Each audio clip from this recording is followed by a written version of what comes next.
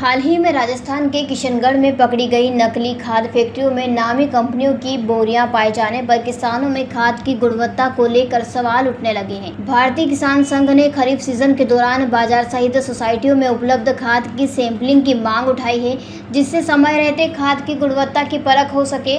बुधवार को भारतीय किसान संघ की जिला बैठक आहूत की गई। बैठक के बाद पदाधिकारी एवं कार्यकर्ता कलेक्ट्रेट पहुंचे। यहाँ 5 सूत्री मांगों का ज्ञापन सौंपते हुए इनके निराकरण की मांग की। जिलाध्यक्ष सदाशिव पाटीदार ने बताया कि देश भर में नकली खाद बिक्री की जानकारी मिल रही है। ऐसे में जिले के किसान भी चिंतित हैं। हमारी मांग है कि समय रहते खाद की सैंपलिंग कराई जाए। शासन से मांग की है कि भारतीय किसान संघ द्वारा ज्ञापन के माध्यम से जिन मांगों पर ध्यान आकृष्ट कराया है उन्हें समय सीमा में पूरा करें। इसके अलावा कालातीत ऋणी किसानों को भी मुख्य धारा से जोड़ने की मांग की है। बड़ा खेद का विषय है कि पूरा कृषि विभाग, जो कि सीधे तौर से किसानों से जुड़ा हुआ विभाग है, आज शासन की उन्नत कृषि संकल्प योजना के माध्यम से गांव-गांव जा रहा है, केवल किताबी आंकड़े जुटाने के, लेकिन हकीकत कुछ और बयां की जा रही है। आज जिले में पिछले समय में हमने कपास बीज के लिए बहुत ही संकट झेला था।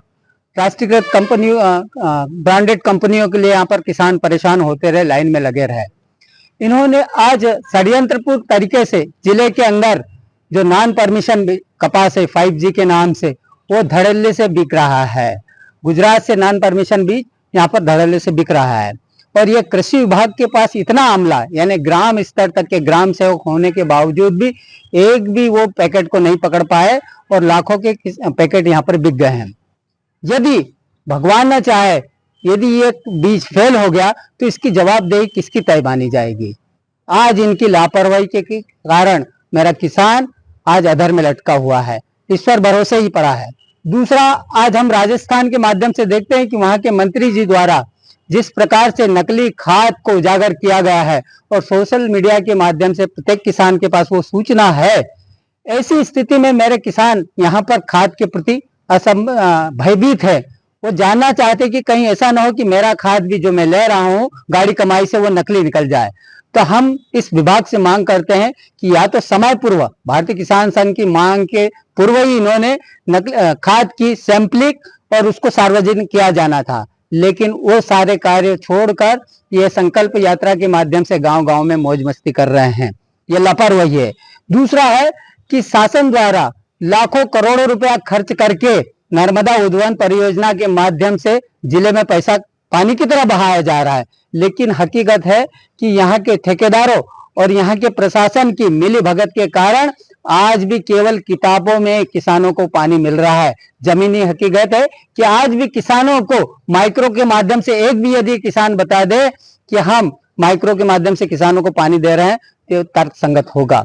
तीसरा यह है कि हम बार बार भारतीय किसान संघ के माध्यम से ये ग्राम स्वराज की भारत बात करने वाली सरकार, राष्ट्र प्रेम की बात करने वाली सरकार, किसानों को अन्नदाता अपना भगवान मानने वाली सरकार ने चुनावी लोक लुभावनी वादों के माध्यम से किसानों को ऋण मुक्त का वादा किया था, जिसके झांसे में आकर मेरे अनगिनत किसान आज भी कालातीत होकर परेशान हो रहे हैं। भारतीय किसान संघ लंबे समय से मांग कर रहा है कि जिस प्रकार राष्ट्रीयकृत बैंकों ने एक मुश्त समाधान योजना लागू की थी, ऐसे एक मुश्त समाधान योजना के माध्यम से मेरे किसानों को ऋण मुक्त किया जाए और 0% ब्याज के दायरे में लाया जाए। तो बात अगर समस्या निराकरण नहीं होता तो आगामी क्या कार्रवाई करेंगे? अब यदि सरकार भूचाल का रास्ता देख ही रही है, हम कहते हैं कि किसान काफी धैर्यवान है और राष्ट्र के प्रति सजग है। आज मेरा किसान जानता है कि राष्ट्र प्रथम की भावना को लेकर राष्ट्र के प्रति अन्य विपत्तियों को देख के धैर्य से बैठा है, लेकिन उसकी धैर्य की परीक्षा न ली जाए। यदि वो उग्र हो गया तो ये संभाले नहीं संभलेगा और इस तंत्र को नष्ट करके समाप्त कर देगा। सदाशिव पाटीदार, जिला अध्यक्ष, भारतीय किसान संघ, खरगोन से अबरार पठान की रिपोर्ट। जयराम जी, किशन काका, राम राम भाई, राम राम। क्या दोनों भाई बैठ के क्या हिसाब लगा रहे हो? ऊटी लहसुन के भाव आ गए क्या? अरे नहीं रे दादा, ये अपना रमेश नया मकान बनाने के लिए लोन ले रहा है। हिसाब किया तो पता चला कि लोन का पैसा तो ईंट और रेती में ही पूरा हो जाएगा। और अभी तो सीमेंट लानी है, सलिया लाना है और तो ठेकेदार को भी पैसे देने हैं। मेरे तो कुछ समझ में ही नहीं आ रहा कि कैसे बनेगा मेरा नया मकान। अरे किशन काका, कहाँ इन रेत सीमेंट और लाल ईंटों के चक्कर में पड़ रहे हो। मेरी बात मानो तो अपने घर को बाबजी एएसी ब्लॉक से बनवाओ।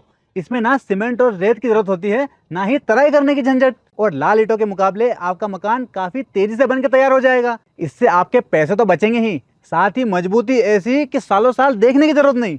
और इससे आप अपना मकान ही नहीं, कुएं और खेत की बाउंड्री वॉल भी बनवा सकते हो, जिससे रोजड़ों की समस्या भी खत्म हो जाएगी। वाह भाई, ये तो कमाल की चीज है। फिर तो मैं अपना घर बाबजी ब्लॉक से ही बनवाऊंगा। और मैं अपने खेत की बाउंड्री वाल। ज्यादा जानकारी के लिए स्क्रीन पर दिए गए नंबर पर अभी कॉल करें। बाबजी एएसी ब्लॉक्स, स्टील से मजबूती।